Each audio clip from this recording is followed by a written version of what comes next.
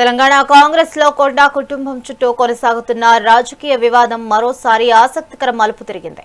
రాఖీ పౌర్ణమి సందర్భంగా సీఎం రేవంత్ రెడ్డిని కలిసేందుకు మంత్రి కొండా సురేఖ అపాయింట్మెంట్ కోరినట్లుగా రాజకీయ వర్గాల్లో చర్చ జరుగుతోంది. పండుగ సందర్భంగా సీఎంను కలిసి రాఖీ కట్టేందుకు ఈ భేటీ కోరినట్లుగా సమాచారం. అయితే ప్రస్తుతం రాజకీయ పరిస్థితుల్లో సురేఖ సీఎం అపాయింట్మెంట్ కోరడం వెనుక మరేదైనా రాజకీయ కారణం ఉందా అన్నదే ఇప్పుడు కాంగ్రెస్ వర్గాల్లో చర్చనీయాంశంగా మారింది.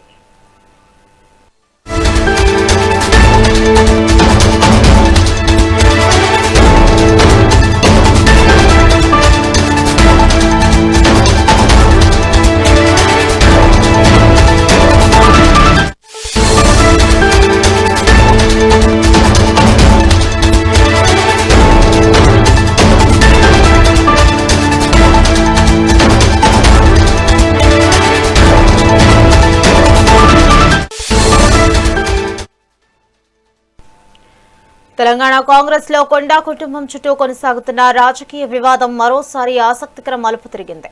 రాఖీ పౌర్ణమి సందర్భంగా సీఎం రేవంత్ రెడ్డిని కలిసేందుకు మంత్రి కొండా సురేఖ అపాయింట్మెంట్ కోరినట్లుగా రాజకీయ వర్గాల్లో చర్చ జరుగుతోంది. పండుగ సందర్భంగా సీఎంను కలిసి రాఖీ కట్టేందుకు ఈ భేటీని కోరినట్లుగా తెలుస్తోంది.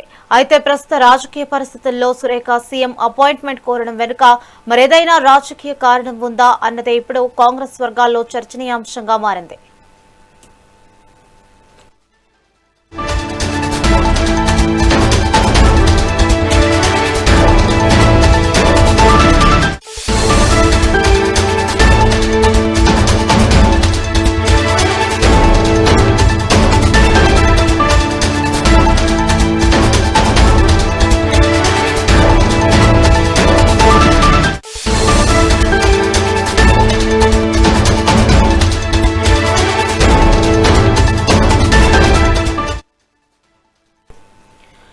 తెలంగాణ కాంగ్రెస్ లో కొండా కుటుంబం చుట్టూ కొనసాగుతున్న రాజకీయ వివాదం మరోసారి ఆసక్తికర మలుపు తిరిగింది.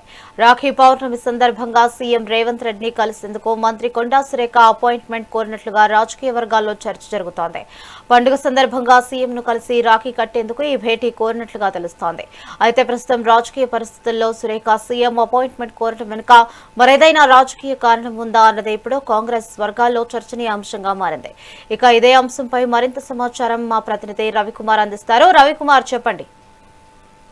రైట్ బాను, ఏదైతే కాంగ్రెస్ పార్టీలో కొండా సురేఖపై ఇప్పటికే క్రమశిక్షణ కమిటీ ఒక నివేదిక కూడా పంపడం జరిగింది. తనను సెప్టెంబర్ 2 వరకు కూడా మనకు సస్పెన్షన్ ఆర్డర్ కూడా ఇవ్వడం తెలిసిందే.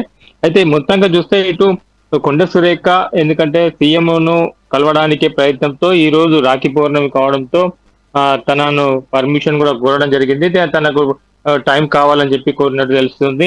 అదే విధంగా ఏదైతే తన కూతురు మాట్లాడిన మాటల విషయంలో తన నివేదిక కూడా తెలిపినప్పటికీ కూడా తన స్వయంగా కూడా వెళ్ళి ఒకసారి ఈ రోజు పండుగ సందర్భంగా కూడా సీఎం రేవంత్ రెడ్డి కలిసి తన వివరణ కూడా ఇవ్వనట్టు తెలుస్తుంది. అంటే తన తప్పేం లేదని చెప్పి చెప్పడానికి కోసంతో పాటు తాను పార్టీ కోసం చేసిన సేవలు కూడా మరోసారి గుర్తు చేసేందుకు కూడా తనతో మాట్లాడేందుకు ఈ ప్రయత్నం చేస్తున్నట్టు తెలుస్తుంది.